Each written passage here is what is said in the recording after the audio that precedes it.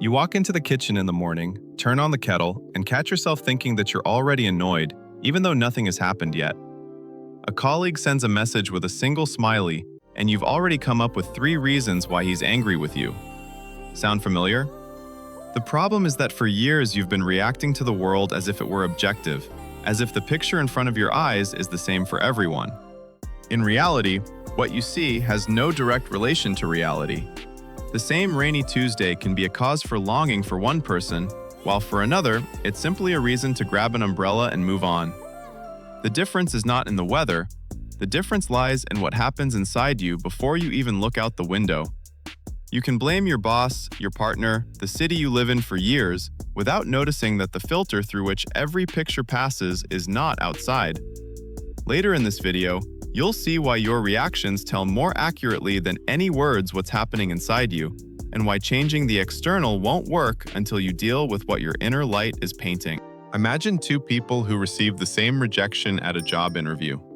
One goes home and spends the whole week thinking that he is not good enough. The other shrugs it off, analyzes what can be improved, and by the evening is already applying for a new position. The external event is the same. The recruiter's words are the same.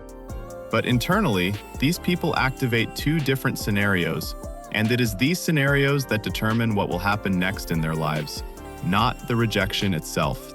Here's what's worth noting if you've been trying to change your life through external actions for a long time. You can change your job, your city, your environment, but if the same anxious voice remains inside, the same habit of waiting for a catch, the same readiness to blame yourself first, you will quickly recreate a similar situation in a new place. The people around you will be different, but the pattern of relationships will remain the same. This is not mysticism or fate. This is how the subconscious repeatedly manifests the same patterns through different decor until you start looking not at the decor, but at what creates it. It is important to understand that your reactions, habitual thoughts, and even minor irritations are not random. They are like handwriting, through which you can read a person's state. The question is whether you are ready to stop analyzing only external circumstances and start noticing what your reaction to them says about you. Imagine an evening after a long workday. You open a chat with a friend, and he hasn't replied for 3 hours. A normal person on a normal day would just think that he's busy. But inside you, a timer is already ticking. And after 10 minutes of silence, you decide that you offended him somehow, rereading your last messages in search of a mistake, finding a non-existent guilt, and are already preparing a mental apology. He was just driving. The problem isn't that you're too sensitive. The problem is that you've mistaken your anxiety for a fact about reality rather than a signal about yourself. Here it's important to stop and see the mechanism that usually goes unnoticed. The reaction appears faster than the thought. While you're figuring out a logical explanation for your friend's silence, your body has already tensed, your head has already started running scenarios, and your inner voice has already issued a verdict. Logic comes in later and just seeks proof for what the subconscious has already felt.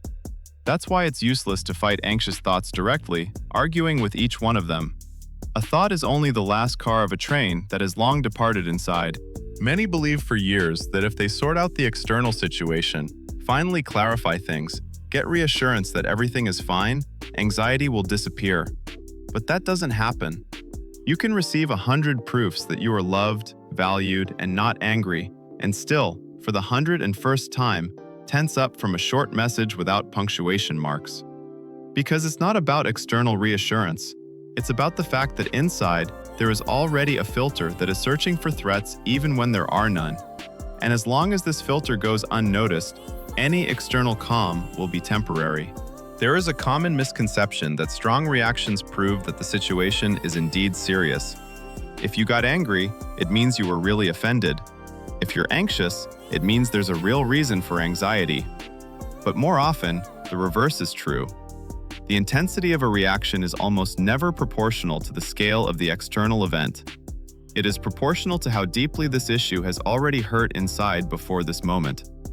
An abrupt outburst of anger at an innocent remark from a colleague is usually not about the colleague. It's about 10 similar remarks from the past that haven't gone anywhere, but were simply waiting for an opportunity to surface. Here it's worth asking yourself a question that rarely arises in everyday life. What if what annoys you in other people actually points not to them, but to something you're not ready to acknowledge in yourself? A person who gets mad at someone else's laziness often fears allowing themselves to rest. A person who can't stand someone else's insecurity often hides their own doubts behind a mask of a confident voice. This doesn't mean that everyone around is a mirror in a literal sense, but it's worth noticing where the reaction is too intense for the occasion, too personal for someone else's story. In the evening, a friend doesn't respond to the message for longer than usual. You feel a familiar tension rising inside, and your hand already reaches to type something like, "Is everything okay?" with a slight hint of resentment. It is exactly at that moment, before you send the message, that you should do one simple thing. Stop and ask yourself, not, "Why is he silent?"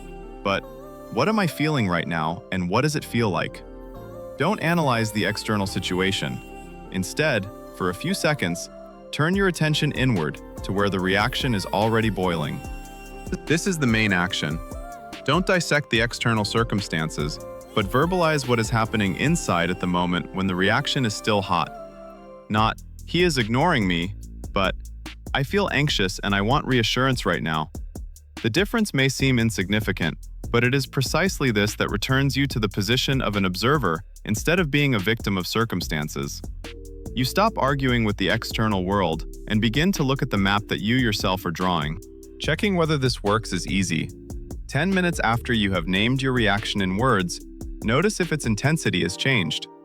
Usually, the tension eases a bit, even if the external situation hasn't changed and your friend still hasn't responded. If it feels a little easier, it means you've momentarily broken the automatic chain between feeling and conclusion about reality.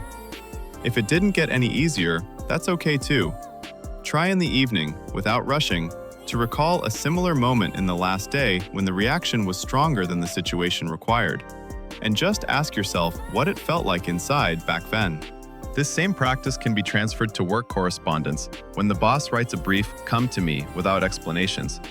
Instead of immediately interpreting this as a threat, try first to notice the inner tightening, name it, and only then go to the meeting. You will be surprised by how often the meeting turns out to be nothing like the dramatic image your imagination had painted in those same 30 seconds of waiting. There is a difference between a person who spends their life editing the scenery and a person who one day notices who is holding the brush. The former changes cities, jobs, and relationships for years, hoping that the new picture will finally stop causing pain. The latter, at some point, stops asking what is wrong outside and starts asking what is happening inside right now in this particular reaction. Your reactions never lie about what is happening inside, even when they lie about the reason. A sharp resentment at a short message, a flash of anger at someone else's laziness, anxiety from 3 hours of silence. None of this is a report on other people. It is a report on you, delivered without words, faster than logic can kick in.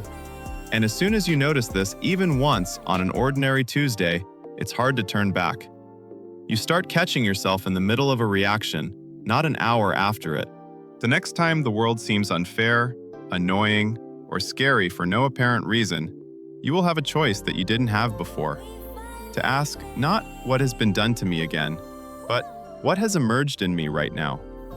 This one question slowly changes not the circumstances around you, but the way you look at them, and thus changes the very picture that you consider reality every day. If this video helped you see your own brush, not just the canvas in front of your eyes, please like it and subscribe to the channel.